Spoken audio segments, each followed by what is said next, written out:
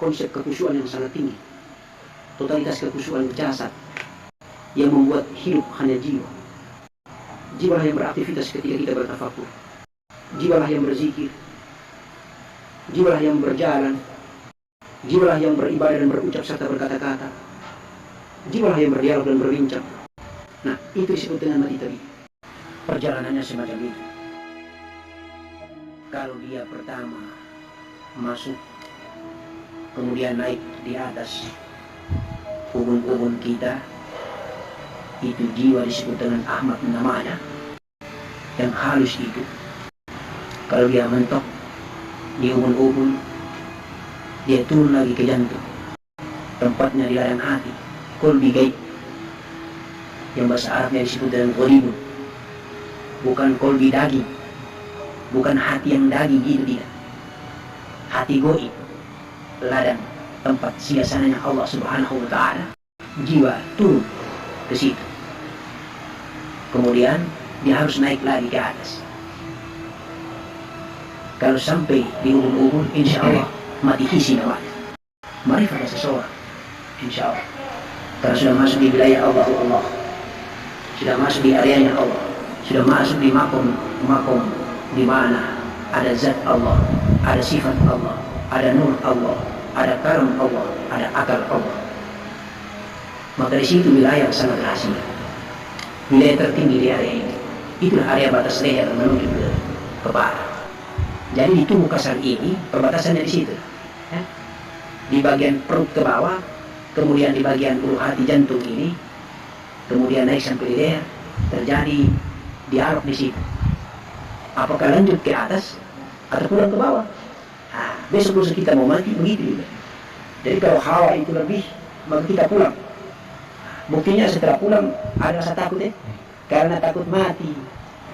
Makanya belajar mereka itu harus mati. Kalau takut mati tidak bisa lanjut. Bertemu Allah itu syaratnya harus mati, Pak. Bukan berarti mati benaran. Semua ini menghayal kalau mati benaran maka takut mati. Orang yang takut mati benaran itu orang yang masih mencintai dunia, masih mencintai istrinya, masih mencintai anaknya, masih mencintai hartanya, masih mencintai ciptaan daripada Allah yang menciptakan ciptaan. Gitu. Mati itu banyak macam. Nah, tadi disebut dengan mati tabii. Nanti ada mati maknawi, ada mati suri, dan mati tertinggi mati hisi. Mati hisi itu mati betulan sampai 3 hari, 7 hari, 40 hari. Hidup kembali. Pulang lagi. Kalau Allah hidup, semua tergantung Allah. Jangan selalu menghayal kalau pergi ke Allah sudah pulang-pulang. Bukan, ya toh? Nah, jadi memang risikonya begitu kalau kita belajar ilmu hakiki ini ya. Untuk kau belahan kamu, matilah engkau sebelum engkau dimatikan. Belajar mati mau ketemu Allah. Datang dari Allah tempat datangnya kita, kembali kita ke Allah juga begitu. Jadi kalau mau innalillahi wa inna ilaihi raji'un itu harus mati. Insya Allah, tapi itu merupakan tahapan dan etape perjalanan gaib ya, perjalanan spiritual yang dituntun Allah melalui malaikat Jibril, melalui malaikat Israel. Insya Allah, mudah-mudahan Allah ridho perjalanan itu hingga hampir mencapai titik puncaknya. Maka dato-dato kita para sufi, para ulama, dato kita Syaikhul Qadir Al-Jilani, dato-dato kita yang lain, insya Allah mereka sering mewanti-wanti perjalanan hidup ini. Dato kita Syekh Yusuf, kalau kita mau tafakur, matikan seluruh urusan dunia kita. Kalau kita masih membawa materi dunia, entah kepentingan apa saja, nah itu pasti takut mati.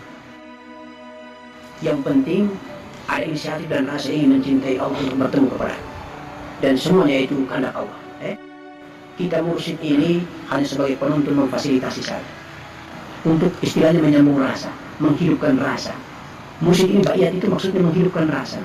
Sama seperti listrik ini sudah ada, meteran ini sudah ada, Nur Muhammad insya Allah kasih setiap hambanya kalian ini sudah ada. Mursyid ini membantu baginda Nabi, membantu dato kita sahabat Nabi, membantu ulama-ulama dato-dato kita para wali untuk menghidupkan stop kontaknya lampu. Mursyid itu warisatul anbiya, dia meneruskan amanahnya Nabi, baginda Nabi. Gitu. Jadi baginda Nabi kita berangkat menuju Allah dengan mi'rajnya, pulang diajarkan kepada dato sahabat. Dato sahabat meninggal ajarkan kepada tabi'in, tabi'in meninggal mengajarkan kepada para ulama. Termasuk mursyid dan guru.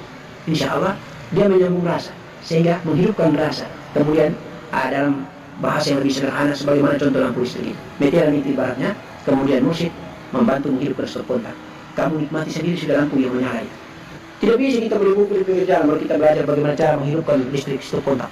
Tidak bisa, harus tukang listriknya. Itu mesti. Tukang listrik yang tahu. Kabel jahirnya itu dengan zikir la ilaha illallah. Kemudian kabel kolbinya dengan zikir Allah. Kemudian kabel nafasnya tadi zikir hu Allah Allahu. Begitu. Itu saja. Kabel-kabel ini sambungannya ahli listrik yang bernama Mursyid yang tahu Pak. Dia sambung. Itu fungsinya Mursyid. Tapi yang lebih berhak dari segalanya adalah Allah yang menciptakan listrik itu, yang menciptakan kabel itu. Dia yang meridhoi itu. Makanya syarat kita belajar ilmu ini, niat kita jangan lupa ilahi anta maksud wa ridhoka matlub a'tini mahabbah wa ma'rifat ya jalal. Allah yang tempat kita maksud. Dari sensasi keindahan ghaibiyah, pengalaman apapun, negeri-negeri yang sangat indah, bidadari yang cantik tidak menjadi halangan dan hijab buat kita. Terus jalan menuju Allah Subhanahu wa taala, tempat berlabuhnya kita di pelabuhan hakikat, negeri ma'rifat. Tidak usah terpedaya dengan kiri dan kanan, tidak usah terpedaya dengan indahnya cahaya gemerlapan di negeri malakut. Mari kita terus menuju ke pencipta kita, kekasih kita, Allah Subhanahu wa taala.